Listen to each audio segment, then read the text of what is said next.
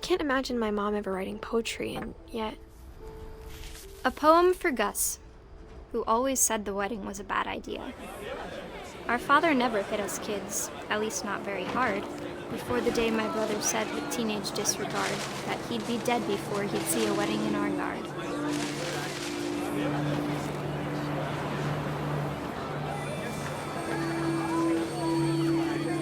My father made him come, of course, but Gus stood far apart, just flew his kite and bottled up the storm inside his heart.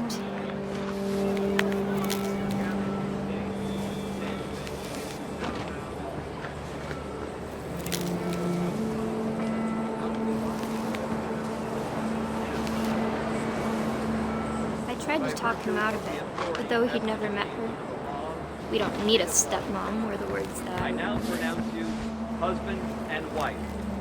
You may kiss the bride.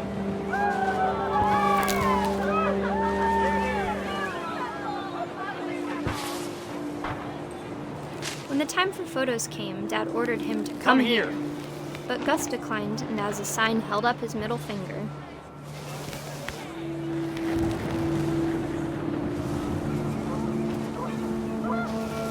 The wind picked up, and panicked geese appeared and quickly went. But all the humans did that day was go inside the tent.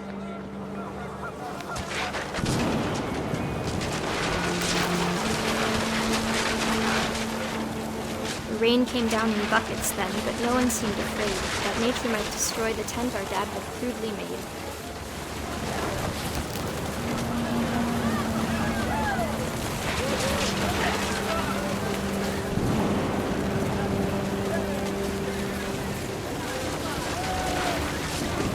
The thunder sounded much too close and full of angry power.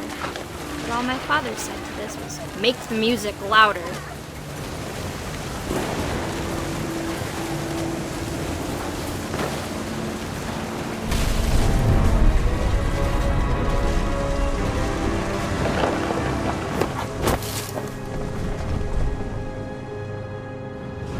I wish that I could truly say I thought about you on that day.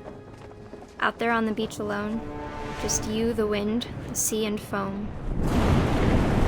But I didn't, until we found you.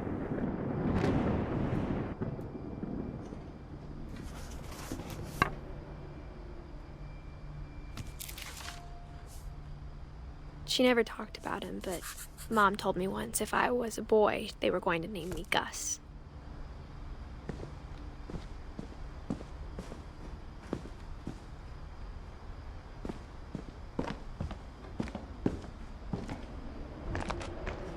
My mom moved up to the loft after her brothers died. At the time, it was as far away as she could get.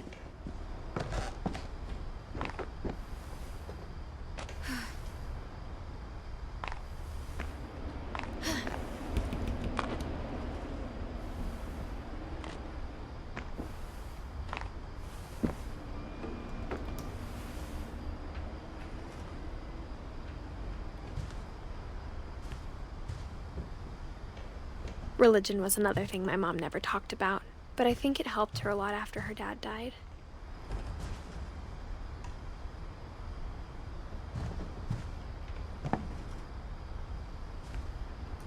She spent a summer building houses in Calcutta, where she met my dad, Sanjay.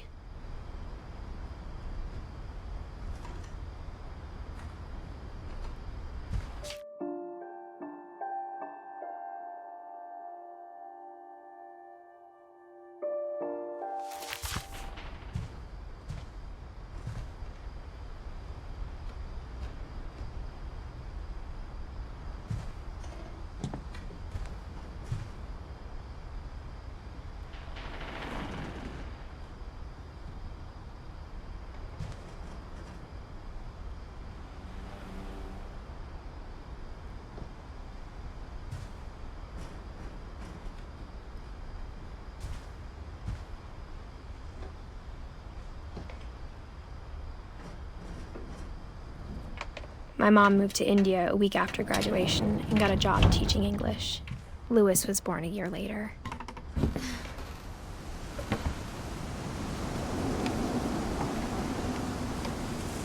When my dad died, I don't think Mom knew where else to go.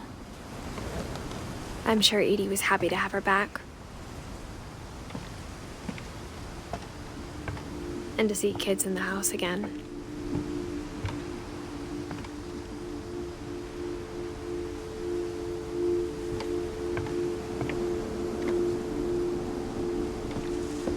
The house had to get a little bigger, but Edie was used to that.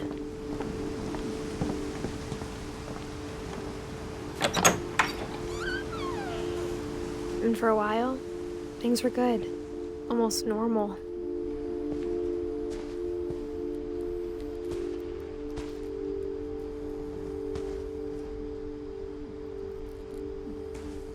But it didn't last.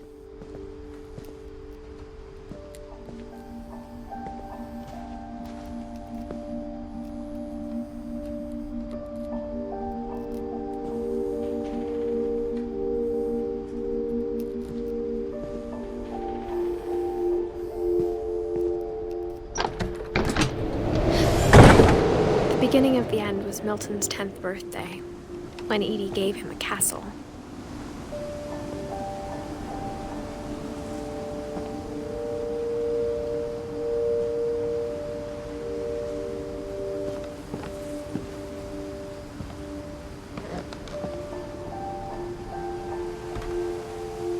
After Milton disappeared, the only thing he left behind was a room full of paintings.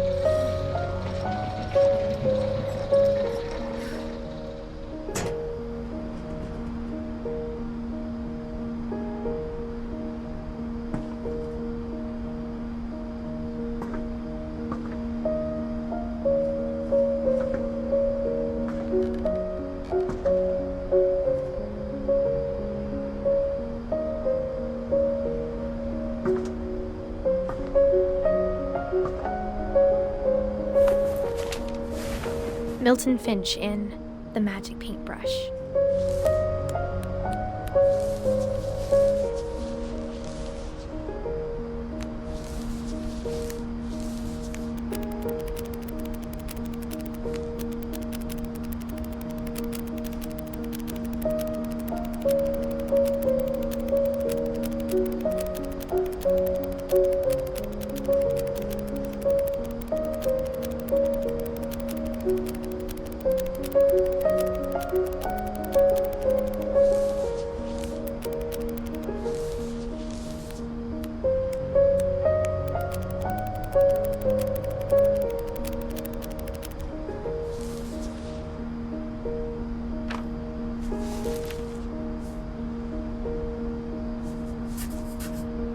I was 4 when Milton disappeared.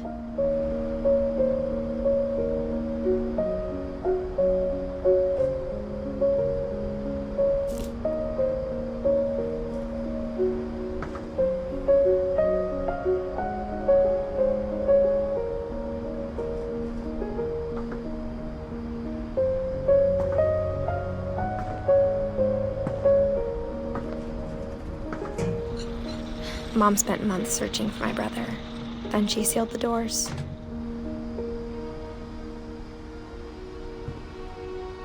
Whatever Milton had found in the house, Mom didn't want it getting out.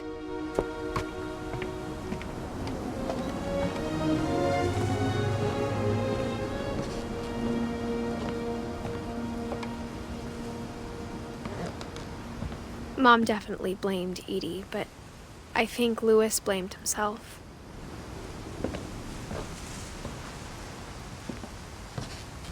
After he graduated, he just spent more and more time in his room, until Mom got him a job at the cannery.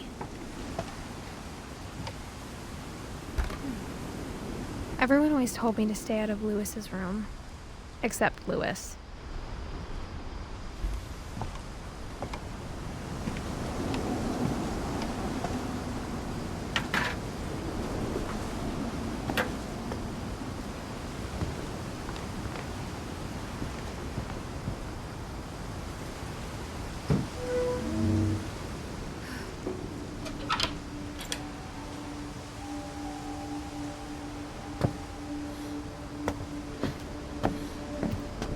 Lewis's room smelled very, very familiar.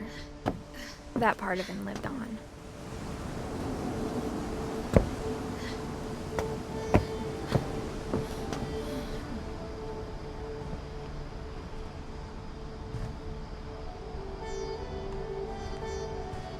Lewis and I spent a lot of time playing games together, but he was surprisingly bad at them. He died a lot.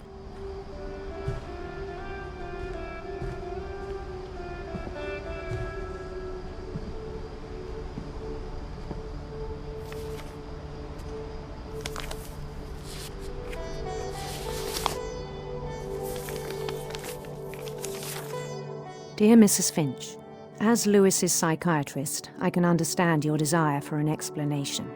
As I see it, the trouble began in January, shortly after we convinced your son to seek treatment for substance abuse. Newly sober, I believe Lewis first noticed the monotony of his daily life.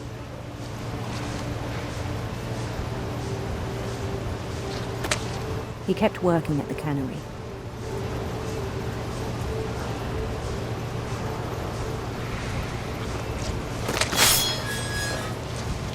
But he withdrew part of himself.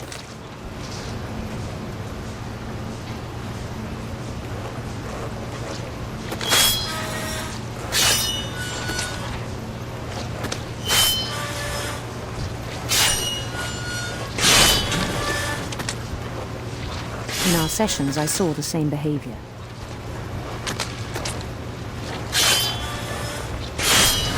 His mind began to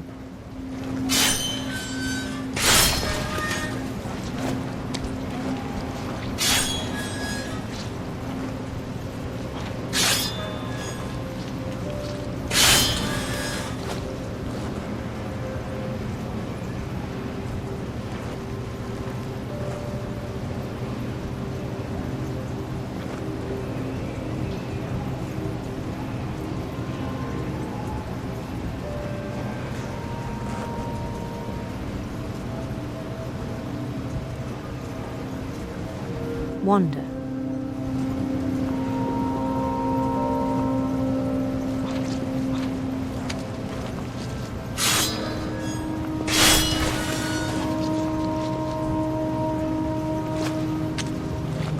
I asked him to describe it. He said he started small,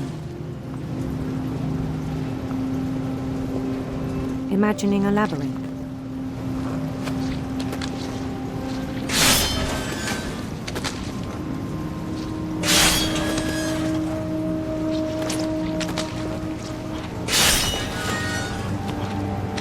He'd feel his way about.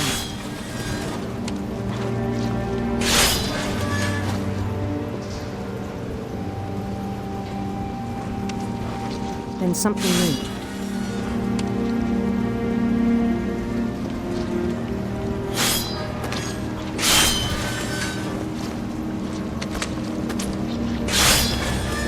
Bats and toads.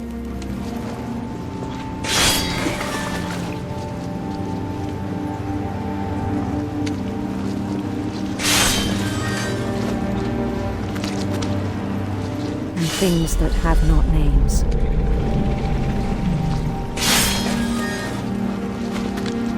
He knew it was all in his head.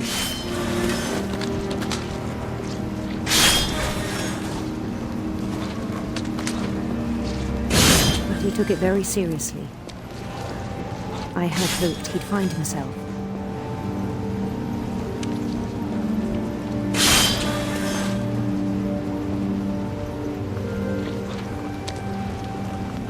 But he found something more. I worried about him then, daydreaming at the cannery.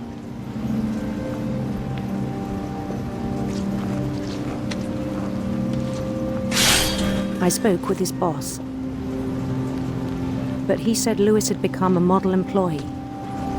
Methodical, tireless, focused.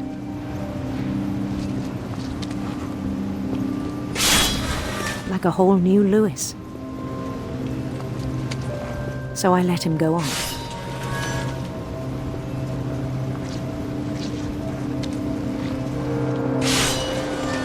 I even encouraged him. It seemed very promising at first. He told me he'd made a new friend.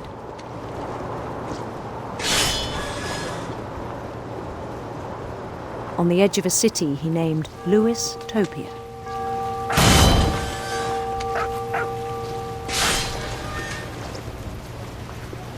He built the city up slowly, brick by brick. Then he made musicians.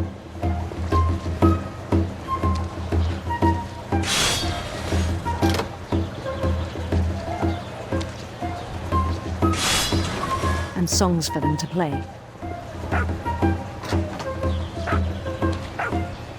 He talked about starting a band.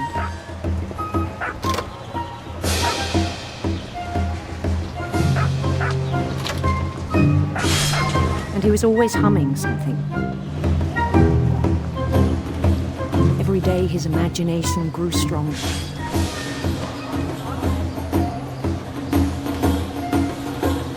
He no longer spoke at the cannery, but his chopping was as reliable as ever. Then one day it struck him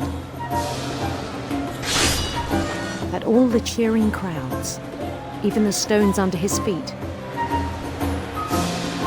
were all in his imagination, so he could do whatever he wished.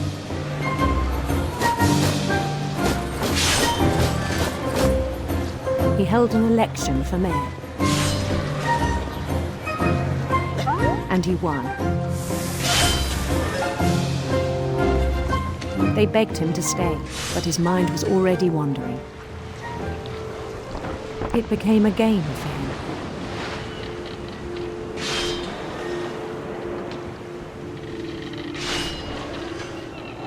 He'd conquer a city, then immediately push on.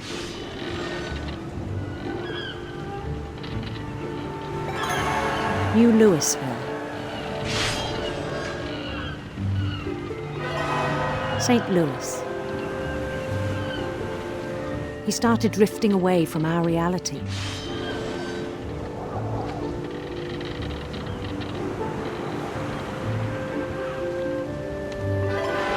Minneapolis. Until one day he forgot to go home from the cannery.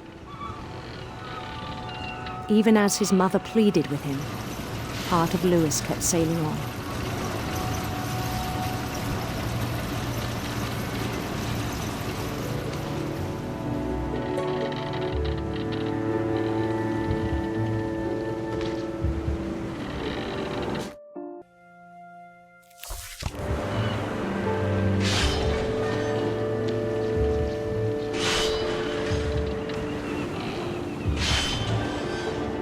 In Lewisburg, he heard rumors of a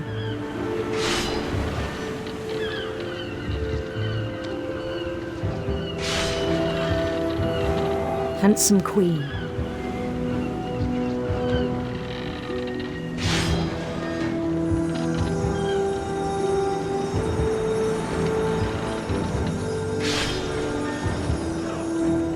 The queen was on her own quest for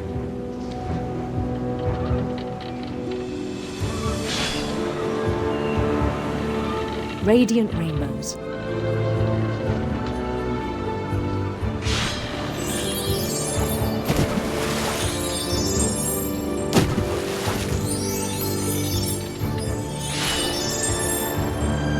He followed the sound of her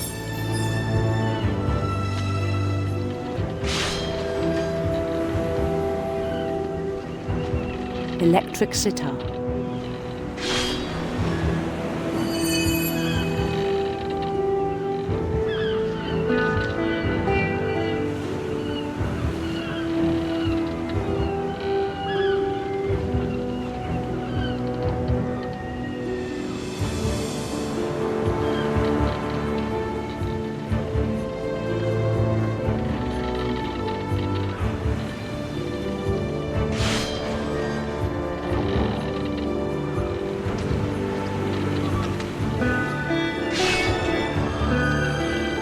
His chase led him to a golden palace east of the sun and west of the moon.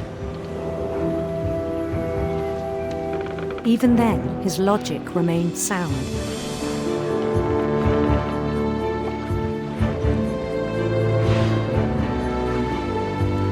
He knew the world was all in his imagination.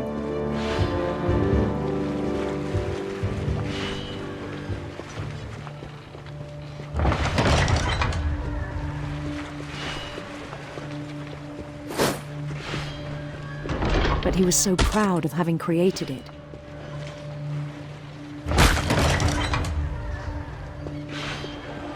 In his own eyes, he'd become something greater than a king.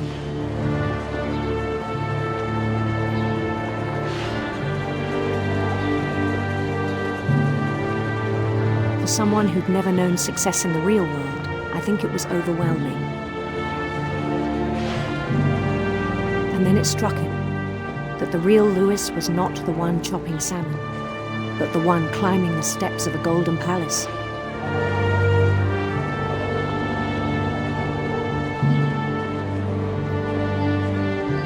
My imagination is as real as my body, he told me. It was hard to argue with him.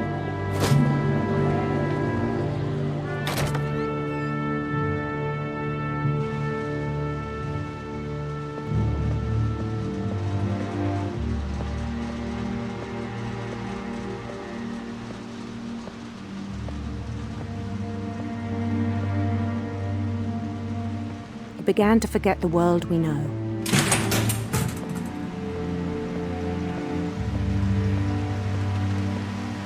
I think it pained him to remember Lewis, the cannery worker.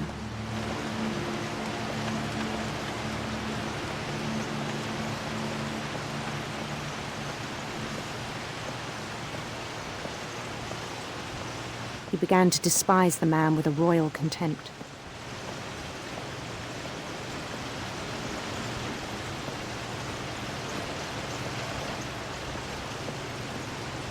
I still thought I could save him.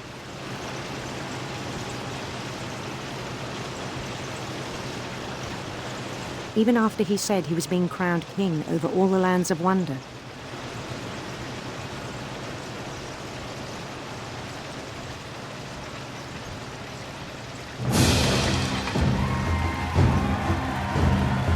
The palace would be packed with his companions.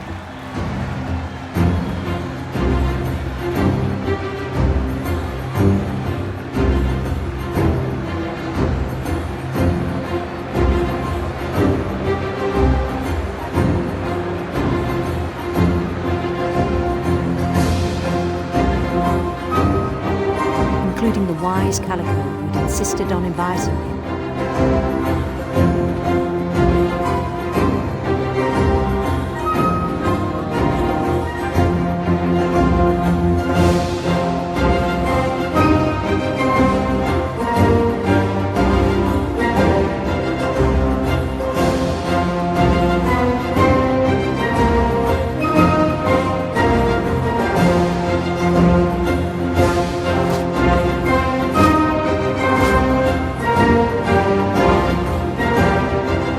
Queen waited, holding his crown.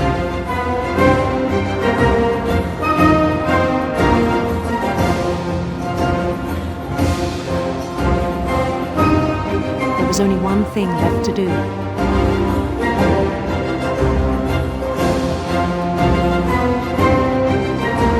Bend down his head.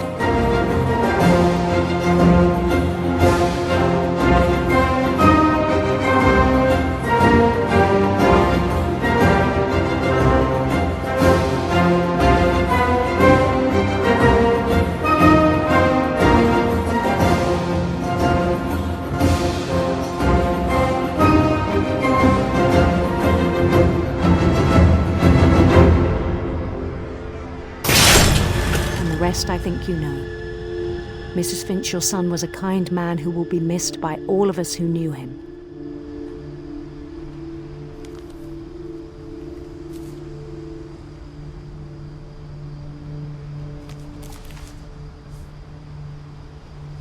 My brother was really cool. I wish you could have met him.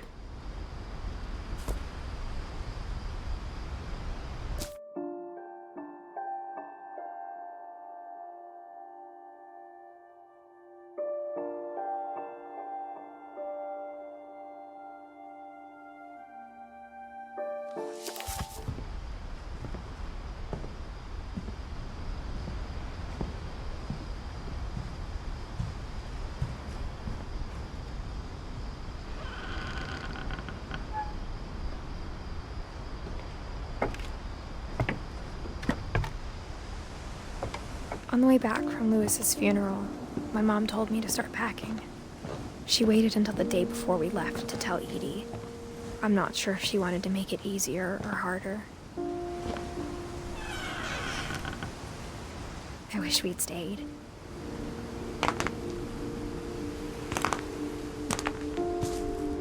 But I understand why we left.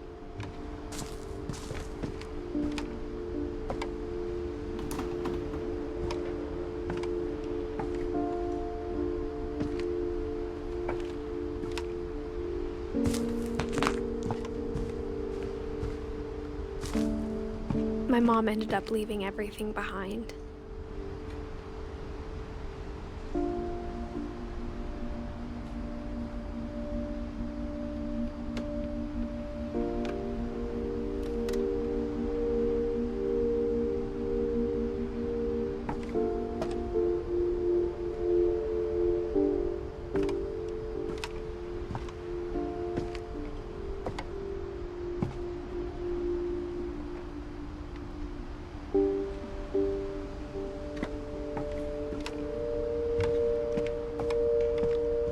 What happened that night had been coming for a long time.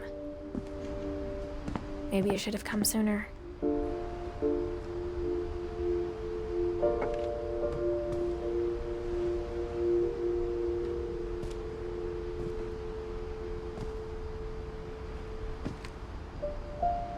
But it had to end one way or another. All that's left now is to tell you about that last night.